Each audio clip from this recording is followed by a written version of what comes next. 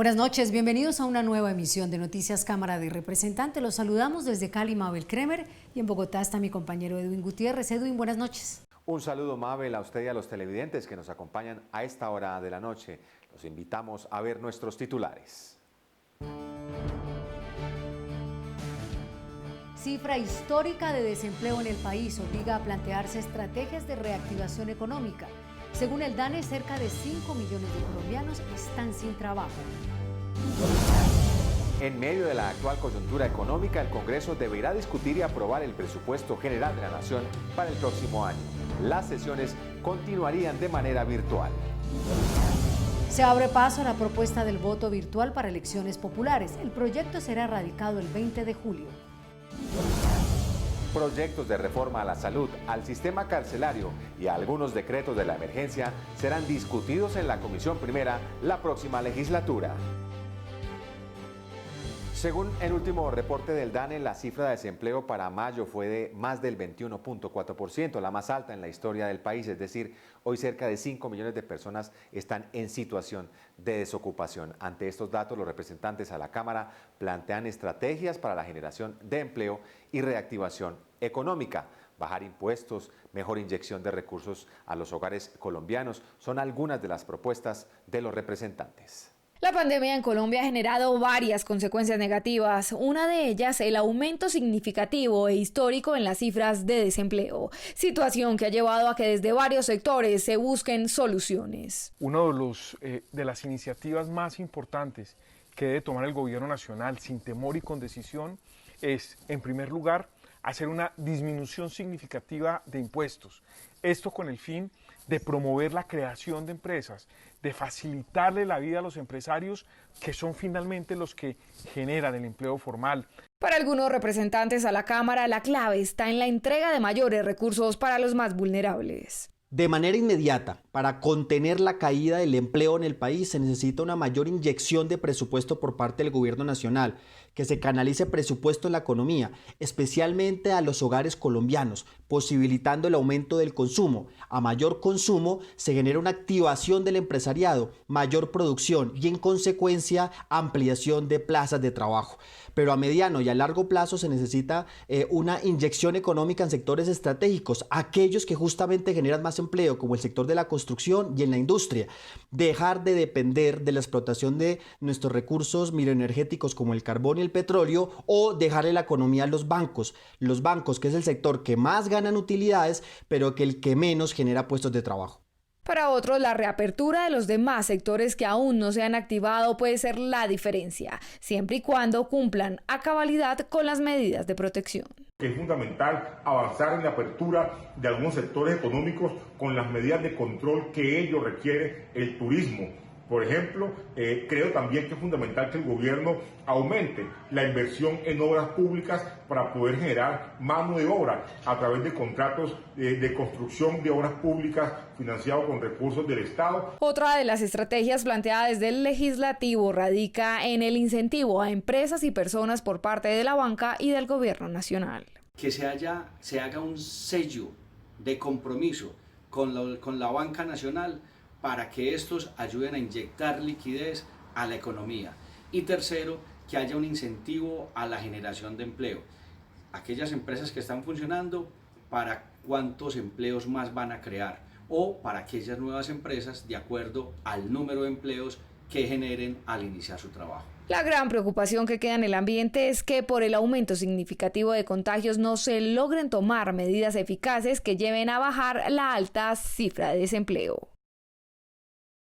En medio de la coyuntura que vive el país por el COVID-19, el Congreso tendrá que discutir y aprobar el próximo semestre el presupuesto general de la Nación para el año 2021, que según el anteproyecto tendrá un monto de 283.1 billones de pesos, un aumento más de 4 puntos respecto al del año anterior. Educación y salud serán los sectores con mayores recursos. Dentro del presupuesto se busca destinar 46 billones de pesos para educación y 35.6 billones a la salud. Los representantes manifiestan la atención que requieren todos los sectores para la reactivación de la economía. Nos corresponde, pues, iniciar una tarea gigantesca, titánica al Congreso de la República, en las comisiones terceras y cuartas, porque debemos privilegiar dentro del presupuesto la inversión social. Es lo que primero tenemos que cuidar. Se deben orientar los esfuerzos a sectores que han venido teniendo gran importancia en este país, como es el sector educación y salud, pero de igual manera en sectores como el trabajo y el sector agricultura, para poder permitir que se fortalezca la economía nacional. El gobierno nacional va a presentar un presupuesto atípico. Considero que se debe de incrementar la inversión en el agro para garantizar la seguridad alimentaria de los colombianos y la inversión en el campo. Entre las preocupaciones del gobierno nacional está el impacto económico que generó la caída en el precio del petróleo y las estrategias que deben implementar para favorecer el sector productivo del país. Es muy importante que el presupuesto general de la Nación para el año 2021 no se reduzca. Sabemos que hay dificultades con el precio del petróleo, sabemos que va a haber dificultades en el recaudo de la Nación, ojalá que no lo tengamos, pero jamás se tiene que disminuir el presupuesto de la Nación. Tenemos que apalancarnos en la deuda externa, tenemos que seguir haciendo uso de la deuda, la inversión en nuestro país no se puede parar.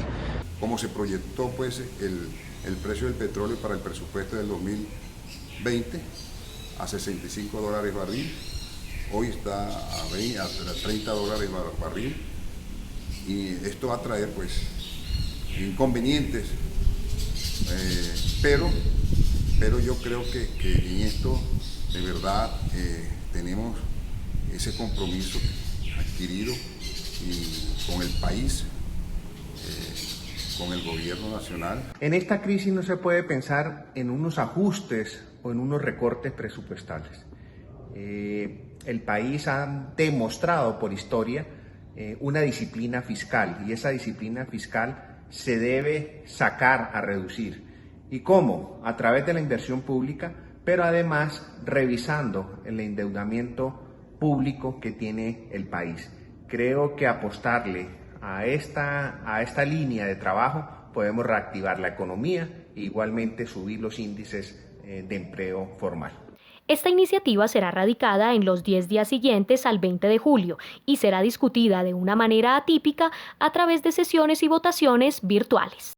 En la Cámara se abrió el debate sobre la propuesta de establecer el voto virtual para la elección de presidente, alcaldes, gobernadores, cuerpos colegiados como el Congreso, las asambleas y los consejos. Esta iniciativa del Partido Centro Democrático será radicada este 20 de julio y permitiría a los colombianos votar desde la comodidad de su hogar a través del computador o de su celular. La pandemia del coronavirus puso la virtualidad a la orden del día y abrió la discusión para que el ejercicio democrático del voto se pueda realizar incluso desde la casa, utilizando las herramientas tecnológicas que cada vez son más comunes en los hogares colombianos. El 20 de julio se radicará una iniciativa para implementar el voto virtual en Colombia. Consiste en un voto que se puede ejercer de manera remota y de manera electrónica, que se pueda hacer mediante ayudas tecnológicas, pero de manera remota, para que no se confunda con ese voto electrónico que ya existe en muchos países del mundo y que está reglamentado, aunque no implementado en nuestro país. Este tema del voto virtual tiene que ser entendido como un complemento del voto presencial y no como una sustitución del voto presencial. Es decir, no es incompatible con el voto presencial. Para el autor de la iniciativa, el voto virtual reduciría la abstención, evita los errores en el escrutinio y es un sistema amigable con el medio ambiente. En la medida en que el país pueda avanzar en todo su régimen electoral, pues vamos a poder realmente garantizar que, por un lado, reduzcamos los índices de abstención que tiene nuestro país, y en segundo lugar, y para tratar de resumirlo lo máximo posible, siendo lo más importante, que podamos garantizar que quienes resulten con las credenciales correspondan realmente a quienes eligió el pueblo colombiano. La discusión apenas comienza. La iniciativa cuenta con el apoyo del gobierno nacional y sería complementaria al actual sistema electoral, pero persisten algunas inquietudes, sobre todo en cuanto a la seguridad del voto. ¿Cómo se va a garantizar la seguridad o la identidad del votante si el voto es secreto y quien procesa es un software y no queda evidencia física? ¿Cómo vamos a hacer para garantizar la integridad del resultado? ¿Cómo va a ser el proceso de reclamaciones en ese tipo de casos? Digamos, sin duda toda suerte de interrogantes.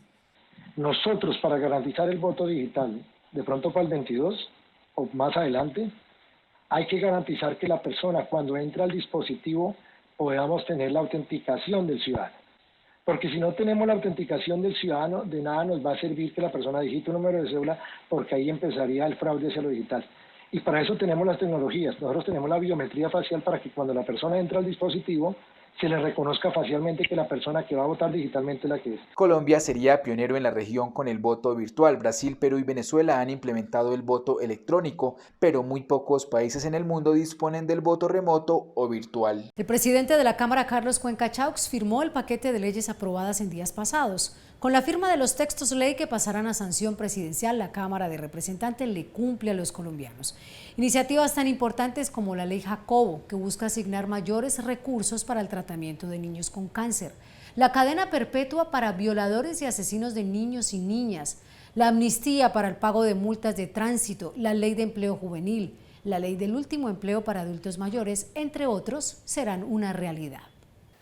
Temas de gran trascendencia para el país estarán en el orden del día de la Comisión Primera de la Cámara durante el nuevo periodo legislativo que inicia el próximo 20 de julio.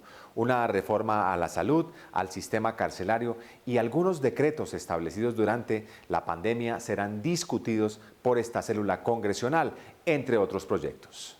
Un gran reto tendrá la Comisión Primera durante esta nueva legislatura que iniciará el próximo 20 de julio para continuar con la gran gestión que se venía realizando, teniendo en cuenta que permanecerá la virtualidad. La Comisión Primera de la Cámara de Representantes y la Plenaria en general deberán prepararse para seguir trabajando de forma virtual. Es un hecho ineludible que hasta que no exista una vacuna, la pandemia va a seguir tomando vidas humanas y contagiando al mayor número de la población posible, de manera tal que nosotros debemos ser responsables y evitar que eso suceda en un foco de infección tan grande como puede ser el Congreso de la República. También debemos enfocarnos en los debates de control político para ayudar a que la situación del país mejore, poniendo nuestros puntos de vista desde la región y diciéndole al gobierno nacional cuándo puede estar equivocándose y cuándo puede estar actuando bien también, ¿por qué no? Algunas reformas y proyectos en beneficio de los campesinos y emprendedores también estarán en la agenda legislativa. Vamos a insistir como partido, como Cambio Radical, en una verdadera reforma a la salud para Colombia. Una reforma a la salud donde este servicio se humanice. Una reforma a la salud que ponga en cintura el abuso de las EPS. Una reforma a la salud donde se prioricen los derechos de los trabajadores de la salud, de los médicos y del personal asistencial. Vamos a insistir en la Comisión Primera de la Cámara en el tema de las personas privadas de la libertad, el tema penitenciario y la modificación del decreto 546 sobre excarcelaciones. Un proyecto que permita el acceso al crédito, mediante figuras del crowdfunding, de las financieras tecnológicas, de los fondos de apoyo, de los capitales semilla. Este proyecto de ley va a permitir que esos emprendedores, que ese sector que genera empleo pueda acceder fácilmente al crédito en Colombia. Vamos a insistir en crear la categoría de campesino en Colombia. Es un proyecto de ley muy bonito que fortalece los derechos fundamentales de los campesinos en este país, derecho a la vivienda, al agua potable, a la salud, a la educación, a la alimentación, fortalecer a los campesinos como habitantes sobresalientes del territorio colombiano. También se trabajarán iniciativas enfocadas en lograr la reactivación económica y laboral del país. Representantes de diferentes partidos solicitaron una política de matrícula cero en las universidades públicas y líneas de financiación especiales a través del ICETEX. La propuesta busca que el proceso de formación no se vea interrumpido por la emergencia económica que vive el país y que los nuevos estudiantes no aplacen su ingreso a la educación superior. Esta iniciativa busca garantizar la educación superior a los colombianos y no solo por la situación que se presenta actualmente. Los representantes a la Cámara buscan que la matrícula cero sea una medida permanente. Desde varios sectores políticos en el Congreso de la República venimos insistiendo en la necesidad de que el tema de educación superior sea tratado diferente, en el sentido de garantizar no solo la permanencia de todo el universo de estudiantes, sino además encaminarnos a una política de matrícula cero permanente y periódica de aquí en adelante. Representantes de diferentes bancadas apoyan esta iniciativa. es una gran oportunidad, sobre todo porque vamos a evitar la deserción universitaria de todos estos jóvenes que tienen grandes sueños, que tienen grandes ilusiones.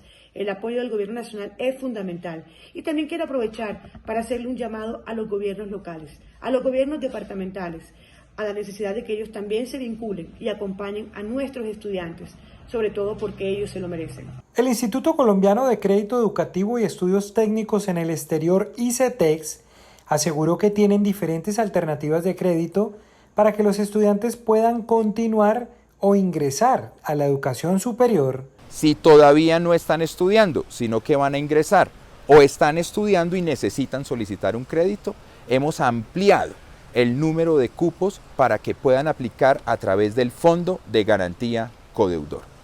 Pero además de todo esto, las universidades pueden también solicitar un crédito para su funcionamiento y operación. Y en virtud de este crédito que ellas soliciten, podrán también apoyar planes especiales de apoyo para sus estudiantes. Algunos departamentos del país han realizado aportes a las matrículas de los estudiantes de estratos más vulnerables para que los jóvenes continúen con su educación, hecho que evidencia que la iniciativa es viable y permitiría que la matrícula en universidades públicas puedan ser permanente a coste cero. Representantes de la bancada alternativa de la Cámara presentaron una propuesta al Gobierno Nacional para que se extienda la licencia de maternidad y paternidad dentro del tiempo de la cuarentena nacional para proteger la vida de los recién nacidos. Evitar posibles contagios de COVID-19 tanto para padres como de sus hijos en los primeros días de vida en medio de la pandemia es el objetivo de la petición hecha por los representantes a la Cámara María José Pizarro y León Freddy Muñoz al presidente de la República Iván Duque, así como al Ministerio de Trabajo. Medidas concretas para proteger la vida de nuestros niños y niñas, de nuestros neonatos. Hemos solicitado la prórroga de la licencia de maternidad y paternidad durante el tiempo que dure la emergencia o si llegan a existir prórrogas de las mismas durante este periodo.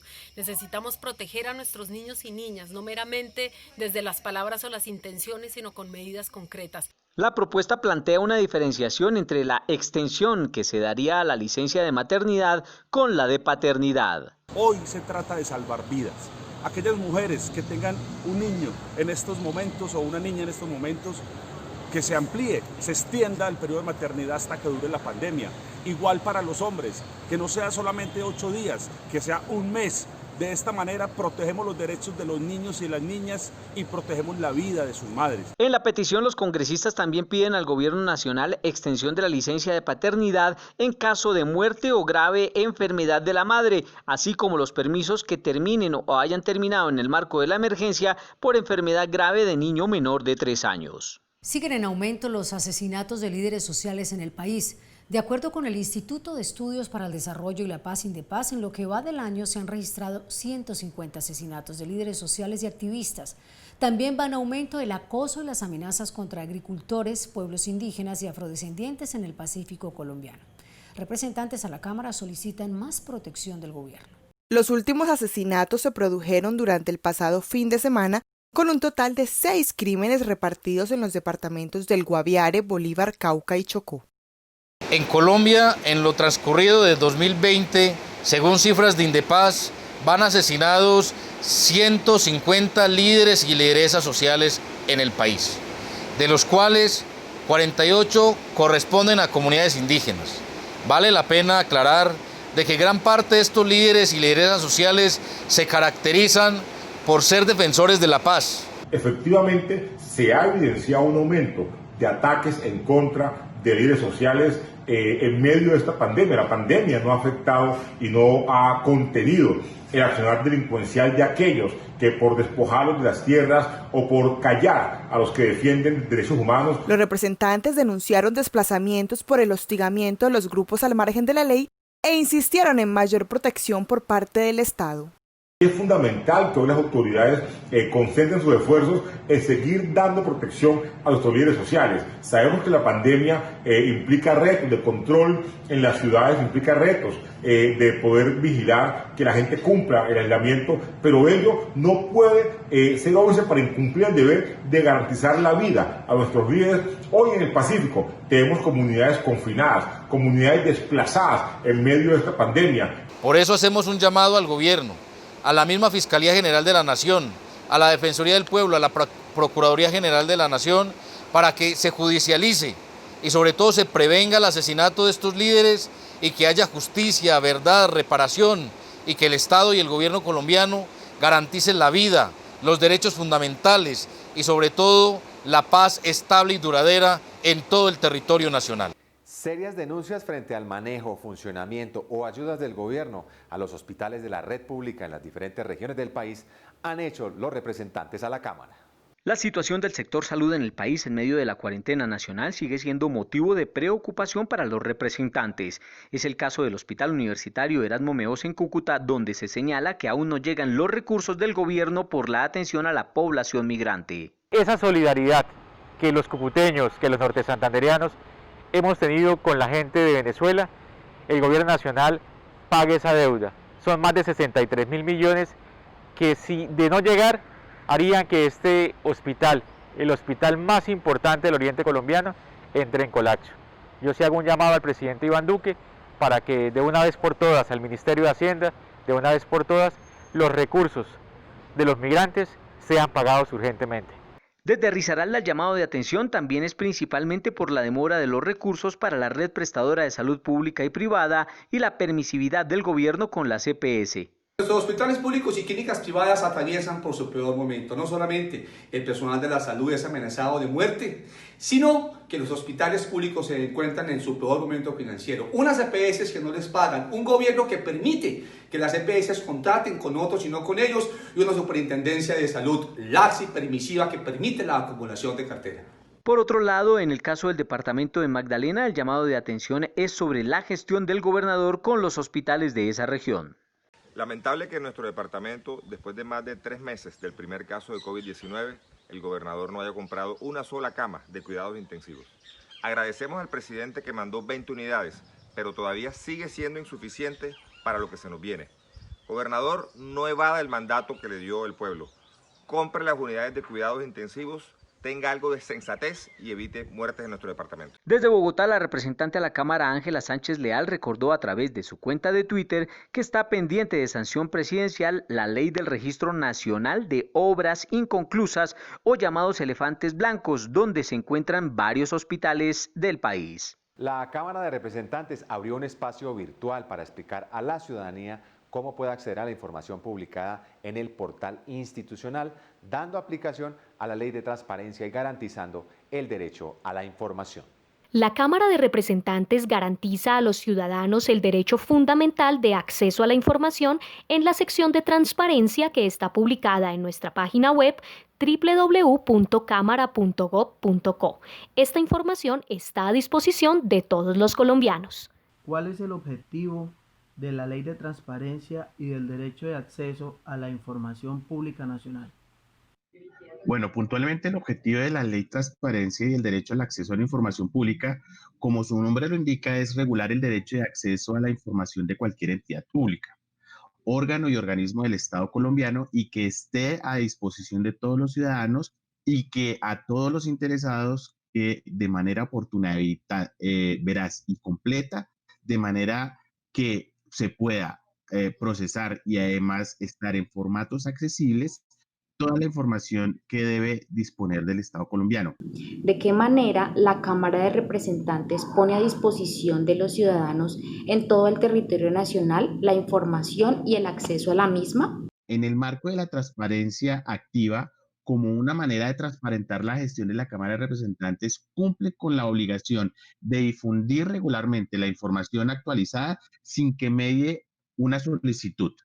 Por esto, en nuestra página web la encuentra publicada la información mínima obligatoria señalada por la Ley 1712 del 2014 y la cual se encuentra debidamente organizada en la sección del botón de transparencia. ¿Cuál es la información que el ciudadano podrá acceder en el tema de transparencia en la página web?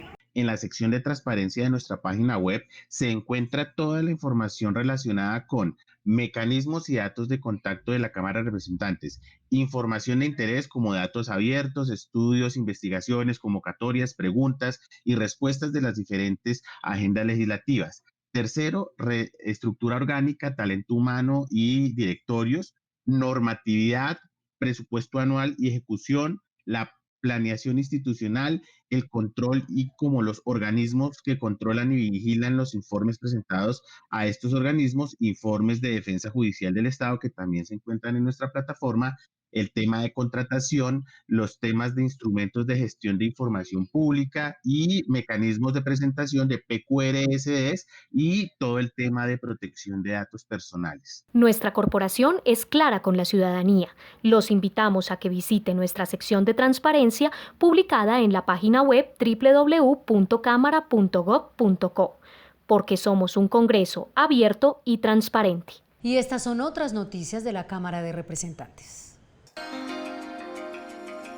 La población de Casuarito, un lejano caserío del departamento del Bichada, tendrá servicio de electricidad por medio de soluciones fotovoltaicas o paneles solares gracias a un proyecto gestionado ante el Ministerio de Minas y Energía por el representante Camilo Arango, que beneficiará a cerca de 330 hogares. Este proyecto logré sacarlo adelante, donde fue más de año y medio con todo mi equipo de trabajo, donde se hizo una gestión total con costos de más de 12.000 millones de pesos del proyecto macro, pero que esta primera parte donde vamos a beneficiar 330 hogares va a tener un costo de más de 7.000 millones de pesos.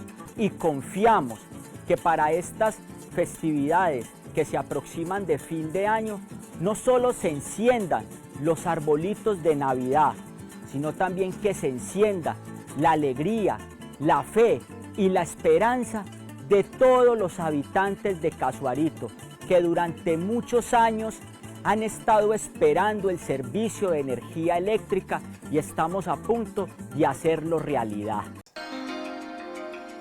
Ante los últimos hechos de violencia en contra de niñas, niños y mujeres en el país, la Comisión Legal para la Equidad de la Mujer lanzó la campaña Nada justifica una violación, Alcemos la voz. Desde allí se hizo un llamado a todas las mujeres a que denuncien si están sufriendo algún tipo de maltrato. Es un flagelo que no conoce colores, que no distingue razas, que no distingue estrato social. Es un flagelo que hoy está volviéndose cada día mucho más evidente, pero que durante toda nuestra historia ha sido realmente un flagelo que nos ha afectado de sobremanera y que ha afectado de sobremanera la base fundamental de la sociedad, que somos las mujeres. Las representantes hicieron un llamado al gobierno nacional para que se tomen medidas concretas en torno a la violencia contra las mujeres y citarán a un consejo de seguridad para analizar la situación. Que venimos observando que este flagelo sigue en aumento. ¿Qué pido yo? Yo pido la transversalidad de las acciones de todos los órganos, de la Fiscalía, de la Contraloría, de la Procuraduría. Necesitamos trabajar en equipo, necesitamos que el CTI se involucre decididamente en la evaluación de todas estas agresiones. Nosotros le solicitamos a la vicepresidenta de la República que ella realizará la convocatoria a un Consejo de Seguridad en el cual participen las instancias del orden nacional competentes, es decir, las que tengan injerencia en este tema, obviamente de violencia contra las niñas y las mujeres, es decir, queremos que esté el Instituto Colombiano de Bienestar Familiar, que esté el Ministerio de Justicia, que esté el Ministerio de Defensa, que obviamente esté la Alta Consejería de la Presidencia de la República, y que en ese Consejo de Seguridad pues toquemos única y exclusivamente este tema. Hemos llegado al final de esta emisión. Recuerden que nos pueden seguir en Facebook como Cámara de Representantes Colombia y en Twitter e Instagram como @Cámara Colombia. Si ustedes quieren interactuar con el presidente de la corporación, lo pueden hacer a través de su cuenta de Twitter Cuenca Guainía o en nuestra página web www.cámara.gov.co. Los esperamos la próxima semana en una nueva emisión con toda la información legislativa de la Cámara de Representantes. Muy buenas noches.